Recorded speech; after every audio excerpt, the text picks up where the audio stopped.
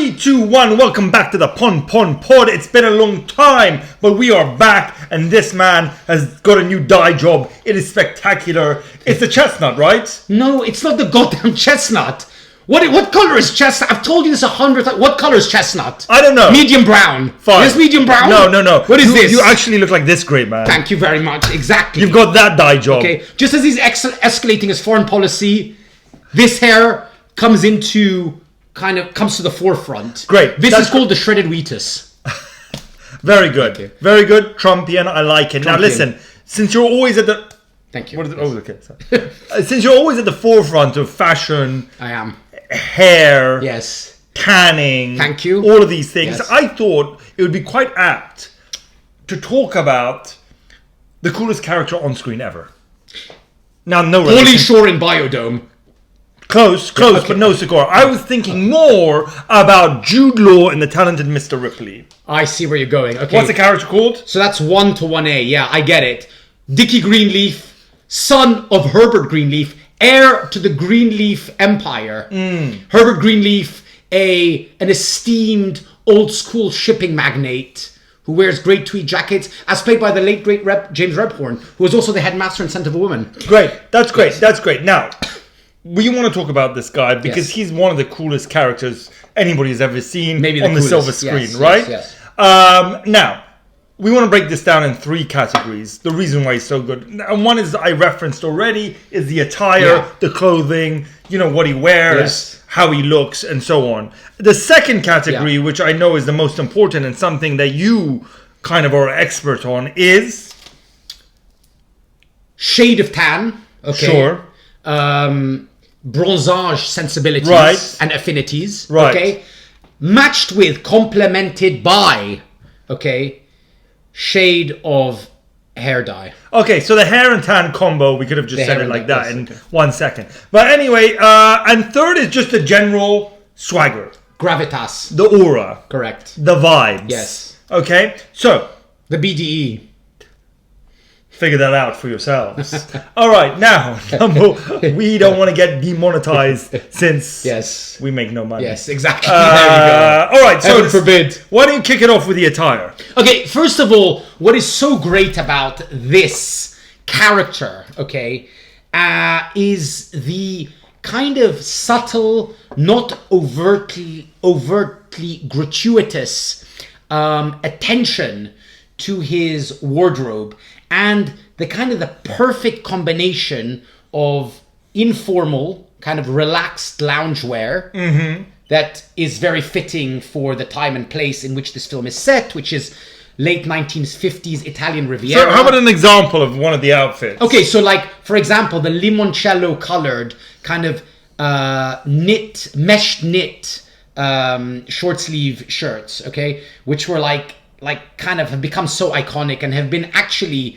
made a bit of a comeback. No, they've actually been exactly redesigned by a brand I found called Grand Lamar, for example. That's great. That's Hopefully great research. They can give us maybe some sponsorship. They definitely won't. Grand Lamar. Okay. Yeah. Okay, so these these mesh knit kind of almost like bowling shirts. Yes.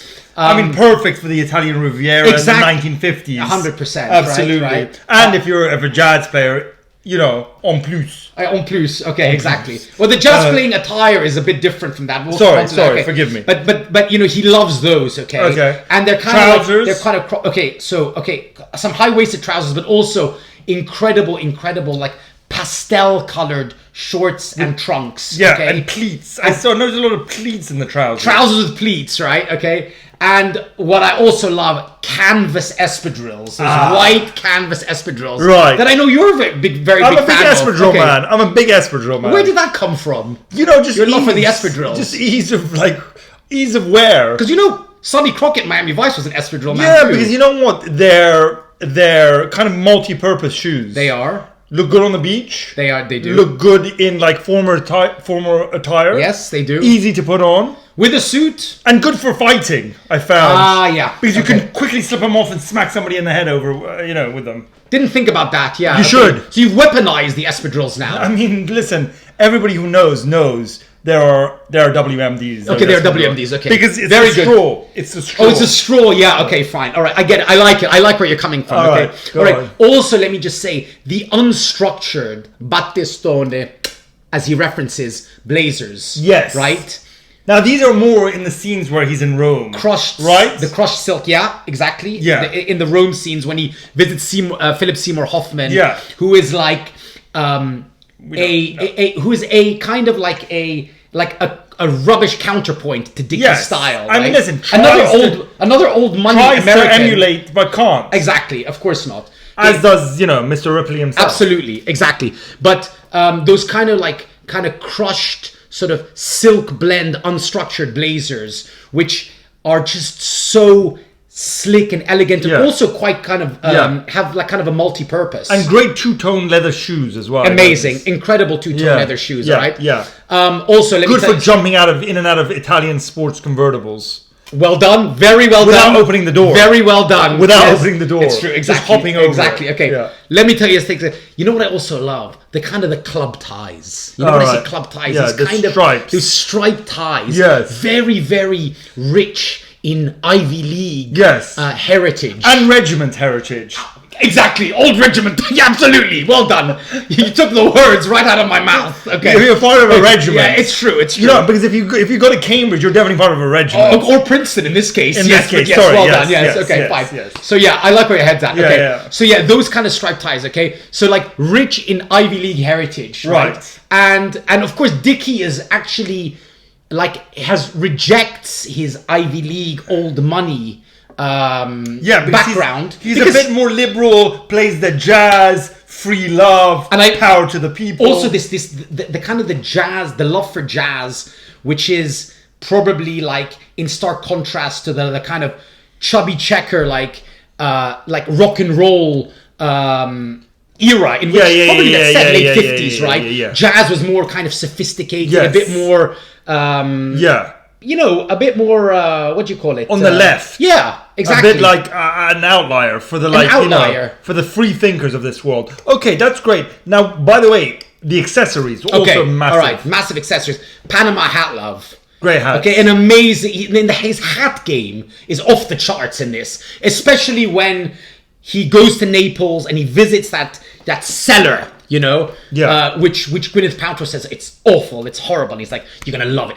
It's great. And the next scene, they're in there, they're sweating a bit like us right now. Okay, and he's wearing this amazing kind of like off beige suit with club tie. He's got the hat. He's playing the saxophone. He's snogging all the girls. Everyone is in his like kind of intoxicating orbit. I mean, everyone's in love with this guy, and it's his. Thanks style to the hats. and his style. Thanks to the hats, but also thanks to the jewelry. All right, the jewelry. What do we like about jewelry? Watch. The watch is a great watch with that Milanese mesh strap. We don't know what chain strap. We don't know what watch it is, but it's a great watch. Yeah, extensive research has uncovered absolutely nothing. All right. Okay. Yes. So, which also, by the way, like. That's amazing as well. By the way, the fact that the watch has no name. And by the way, the fact that the watch has no name. Exactly. The ring. Great, amazing.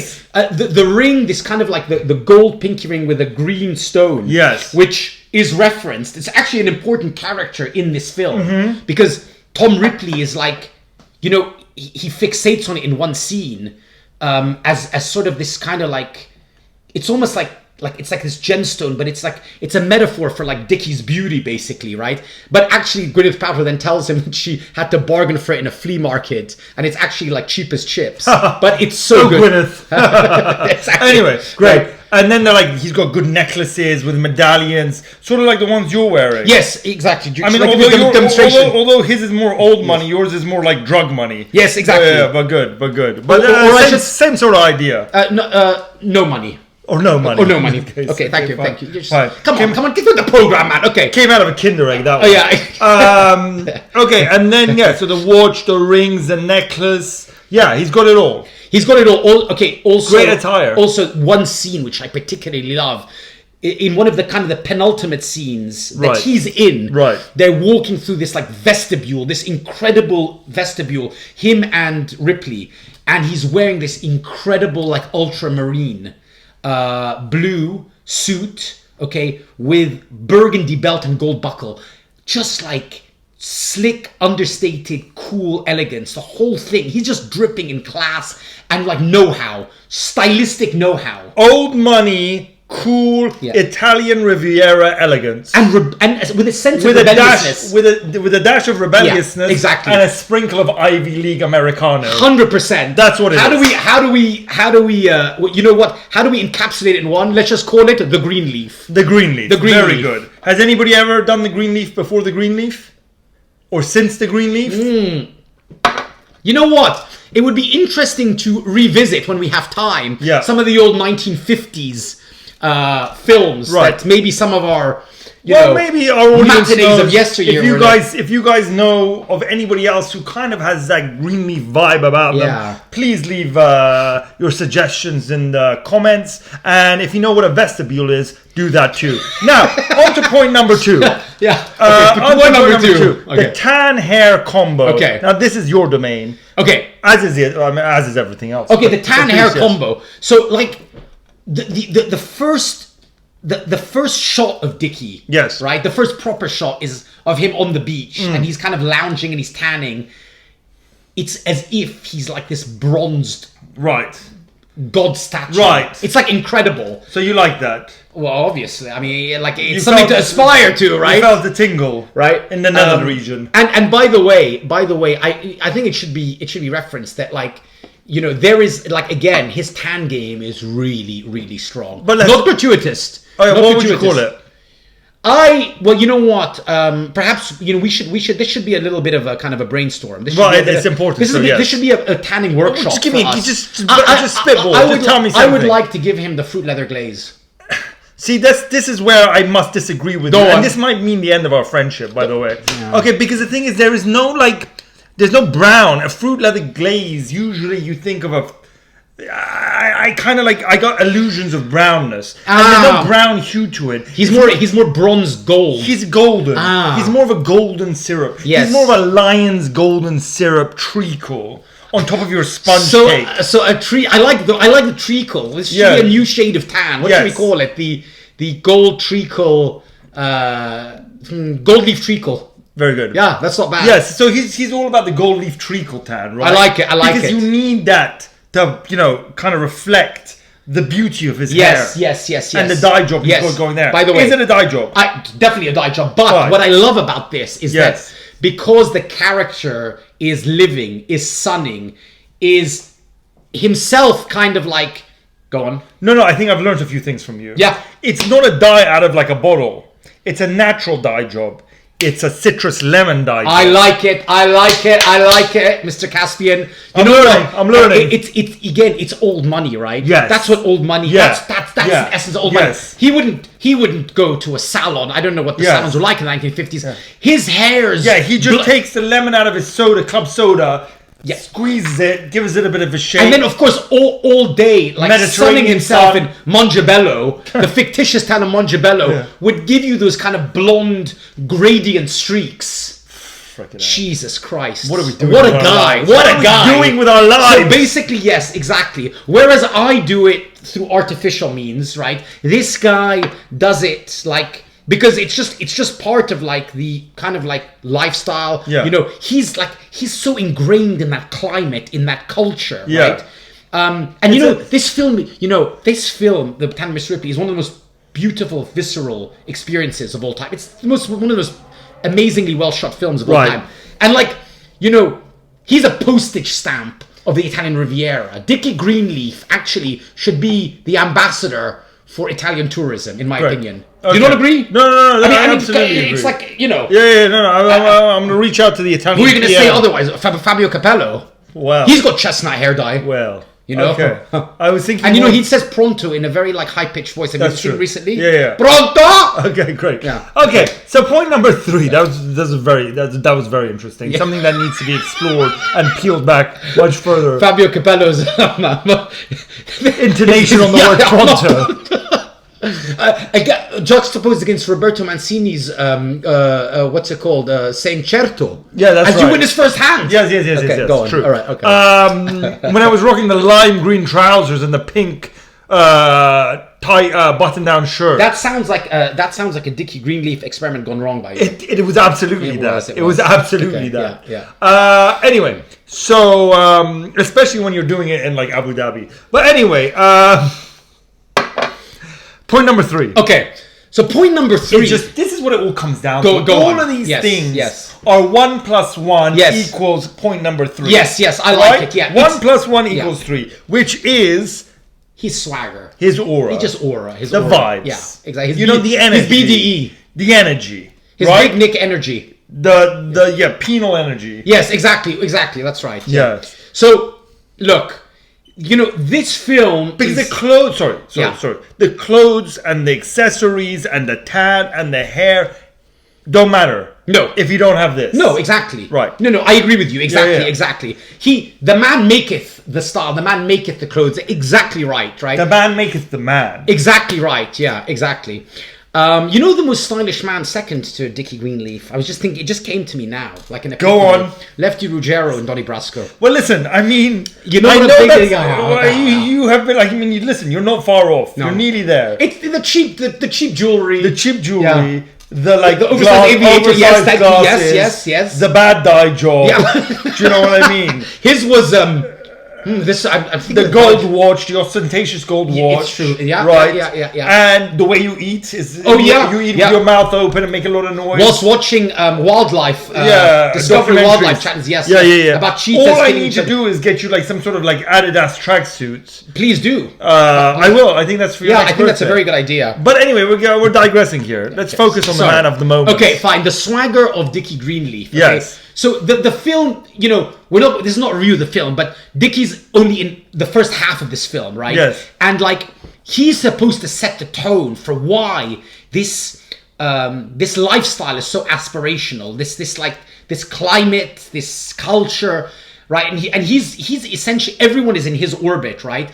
Like, and what's extraordinary is like he occupies about like 1 hour, 20 minutes of screen time, and everybody is like seduced by him. Every man, every woman, and I'm not saying necessarily sexually, okay, but everybody wants to kind of like be him, or be literally like him, in the case be of with him. Yeah, Ripley. Well, Ripley wants to like be him and be with him and kill him. Yes, I mean he wants to kind of like yes, I mean he does eventually kill him, obviously, but I'm saying yes. Good, yes. But again, like but he's also kind of about the swagger. I wouldn't say he's a despicable human being, okay? But I think one of the key elements here is that he is a very flawed individual. As we discover in the latter part of the film, the reason he is basically in Italy is because he was essentially expelled from Princeton for basically like almost dismantling a guy's face. I like that. So he's a badass. So he's a badass as well. Yeah, right? He's a tough guy. So he's not this like face. cool, romantic, funny, witty guy who can just pick up a sax and play it and then be good at chess and like be intellectual but also be witty and funny and be such a charming guy. He's got it all. He's literally got it all. Yeah. But he's got an edge to him as well. Well, listen. He's got an edge. Yeah, no, he does. He's a philanderer. He's impregnating like some of the town's locals, right? He's insensitive. He's a bully. Okay, he has, but not in a mean way. He's not out and out mean like the Philip Seymour. No. That's absolutely not. Yeah, absolutely not. Again, he's like a bully in a charming way. You're almost seduced by him. He's an alpha male. He's like the ultimate alpha male. I wouldn't go as far as he's not like he doesn't come across as an aggressive guy or a threatening guy. Do you know what I mean? He doesn't have that part of him, which is what makes him so enticing. Well, I think. Look, I think he's got that lovable, kind of the lovable rogue element. Exactly. That everybody likes, everybody loves, and nobody is really turned off by or intimidated by. Yeah. Look, I think he's a very, very interesting, complex character. Yes. And Patricia Highsmith obviously really, really was kind of, I mean, who's that? The author on which on which the film is adapted. Right. But he is like one of the most as we said, seductive, alluring, and exotic characters we've seen on screen. But again, it's also because he's not a goody-goody. He is actually quite a I want to say that like the character is full of ambivalence, right? He's not a straight up nice guy, and yes, he's full of love and worth at times, but then he can be very aloof. He has a bullying side to him. He is an elitist ultimately, okay, and self-entitled, yet also generous, yet also fun. So it's a mosaic. His character is really a mosaic, and Jude Law's encapsulation of the character is hypnotic, and this was his kind of breakout role in what should have been, I think, it was a star-making performance, but should have, I think, kind of spawned a much more, I want to say, like, A-list career than he actually had. Yeah, He'd sure. done well, but Yeah, he didn't reach the heights of Dickie Greenleaf subsequently, I don't think. I mean, okay, fine, but that's an opinion. I mean, he did do very well. He did very well after that. But I mean, he never became a proper headliner. You're not saying he didn't become a movie star, fine. Yeah. Like, he didn't become, like, he's not, like, A-list movie star. I mean, there were moments where he kind of, like, went up into that atmosphere, but then it was temporary. Well, like, he'd, like, go in and out of that stratosphere. I think the role that they kind of thought would be his, like... Yes. Would kind of catapult him. Yes. Was Alfie, which he did a couple of years later. Okay, which didn't go anywhere. Which I don't... Okay, so he made a bad choice, but regardless, we're not talking about that. No. We're talking about this cool character. Yes. And we want to know what you guys think. And in fact, I think maybe we should start a series. Oh, what's that? On the coolest cinematic characters, A to Z. I like that. So, I don't know, guys. If you guys are interested in that, let us know. Let us know what you think about Dickie Greenleaf. Let us know about his style. Let us know what you think about his hair, more importantly. Very good. And it's getting way too hot to continue this. Yes. To Greenleaf. Don't forget to say pronto again. Oh, yes, of course.